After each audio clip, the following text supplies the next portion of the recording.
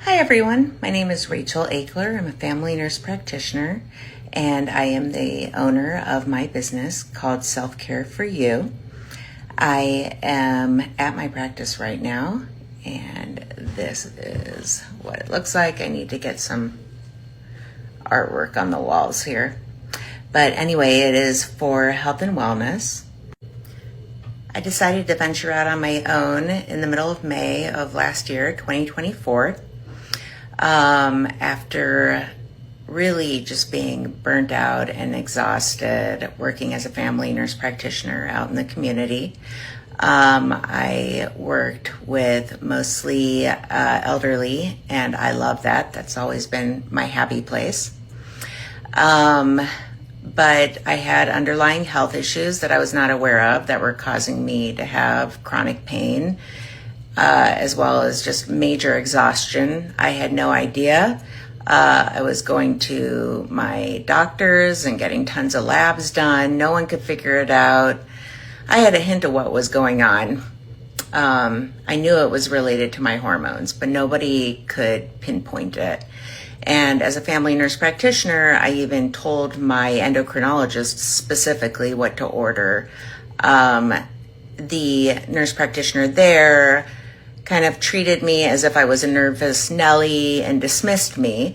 At least that was my perception of the interaction. I knew something was really wrong, really wrong because of my fatigue. So started that business in May. I knew that because I had found out my genetic testing was positive for BRCA1, that I needed to have a preventative hysterectomy.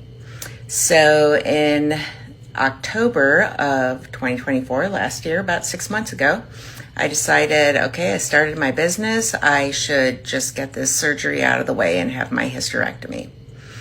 And so I went ahead and did that. And within 4 days, I got a phone call from my surgeon letting me know that they had found 2 very small tumors and I was diagnosed with stage 2 ovarian cancer.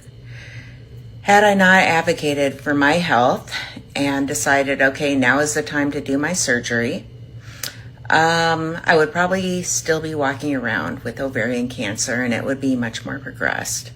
And my prognosis, otherwise known as outlook, for the rest of my life would not look so good. So let's rewind back to the end of 2020 when I actually decided to have genetic testing. And why? Why would I have genetic testing randomly? Well, I went in for my annual mammogram, and instead of just telling me to go get dressed and I can leave after it was done, I was told to wait in the lobby in my gown, that the radiologist had seen something and wanted to do an ultrasound on one of my breasts. My whole life flashed before my eyes. This is still a challenging story to tell. I have 3 children. So, of course, as a mother, your thoughts go to, oh my God, I have breast cancer. I'm going to die. What's going to happen to my kids? Who's going to raise them? I mean, horrible thoughts go through your head. So I was laying on the table at the ultrasound, not knowing what they saw or anything. The ultrasound technician finished, went to the radiologist, came back, said that the radiologist said whatever they had seen was most likely, it was 95 to 98% chance of being benign, and that I should just come back next year for my annual mammogram. You know, that sat very uncomfortably with me.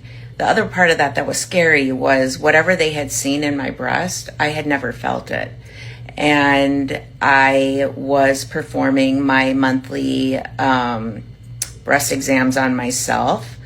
I have very large breasts at 38 triple D. I was huge. But, and I had also breastfed 3 children. So I had plenty of tissue there to examine, never felt a bump, never felt anything.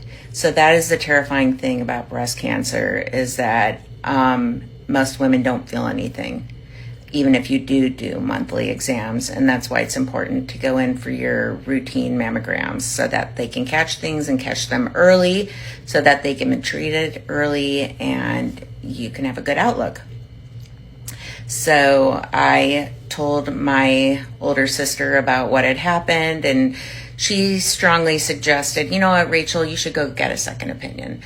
So I went to another practice that specializes in cancer and research, and I knew my father's sister had passed away from breast cancer, so I was worried that it ran in the family and that I had inherited that gene.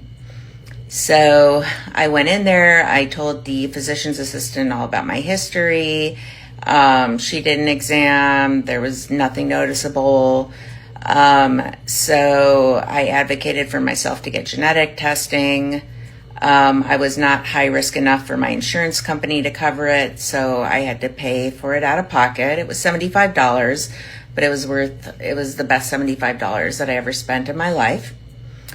And within 2 weeks after sending my genetic test in, I received a frantic phone call from the PA telling me that I was positive for BRCA1 and that I now had to have a bilateral mastectomy as well as a total hysterectomy. Now, had I not gone for that second opinion, I would never know that I had BRCA1. Fast forward to this date, 2025, March, I am now about to start my 4th round of chemo because the tumors they had found were very dangerous.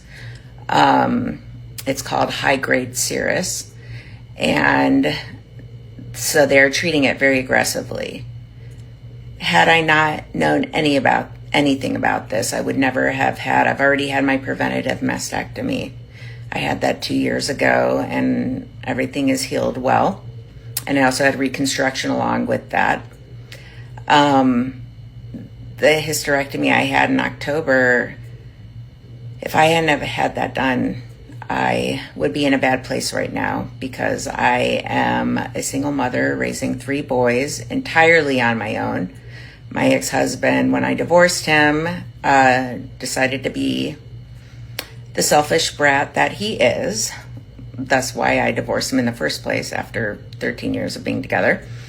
Left me to raise all 3 boys by myself. When we first got divorced, they were 7, 9, and 11. Now they're 11, 13 almost, and 14. So obviously that has been challenging, and it takes a toll on your children as well. However, what I'm learning is it's a process, it's a journey, and kids adjust. When my hair started to fall out after the first round of chemo, about 2.5 weeks in, I had to shave my head because it just looked goofy and it was all knotted up. I had long, thick blonde hair, which hopefully I will have again one day. And in the meantime, I'm a shiny head, and it is what it is. I've embraced it, or I'm still embracing it. I can't say I 100% embraced it. It's still shocking when I look at myself in the mirror because your hair is a big part of your identity. But again, it's a journey. Every day is a new day. You learn something new. This morning, before I came into my practice here to work for a few hours, my 11-year-old said to me, "Mom, you look really pretty," and he gave me a hug. And gosh, that made my day. That really made my day. I wasn't wearing a hat or anything. I've been wearing baseball hats to cover my head. But he told me with my bald head that I looked pretty, and that just, that meant a lot. Anyway, I hope sharing my story with you helps someone out there.